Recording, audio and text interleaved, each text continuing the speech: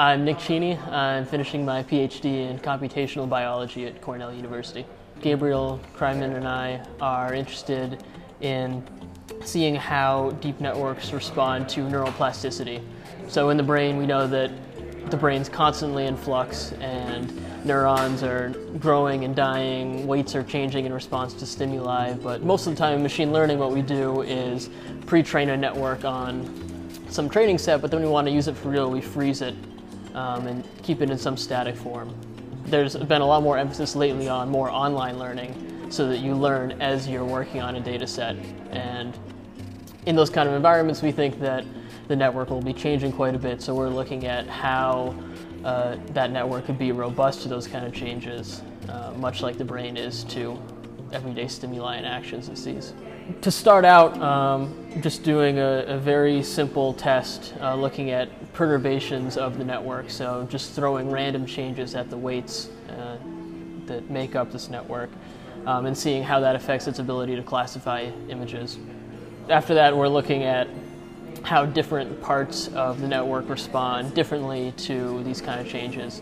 And then ideally we'd like to have some kind of rule that doesn't affect the performance of the network that much, and it's able to maintain its ability to classify throughout seeing a number of stimuli. So we know that the brain has certain learning rules, like Hebb's rule, in which neurons that fire one after another end up strengthening their connections or conversely weakening their reactions. And we're going to see if rules like that end up providing stable perturbations where the network can easily recover and maintain what it's doing, or unstable ones where we're going to go down on track. Or we know that deep networks act similar to how the brain works. Jim DiCarlo gave a great talk about how the features we see in deep networks are similar to the features in the brain. We know that the brain's constantly undergoing these kind of changes, so we're curious scientifically to see how these computer models respond in understanding how these two systems are the same or different, but also from an engineering context, online learning where the network is changing while it's learning is going to be, I think, a much larger part of the use of machine learning going forward.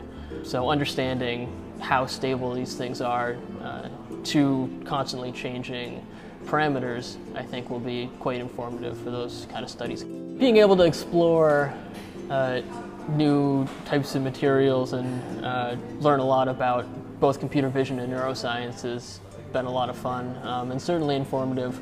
Deep learning is a very hot topic right now, so being able to dive hands in a little bit and get some experience working with these models and some of the latest software packages, I think will be useful going forwards too.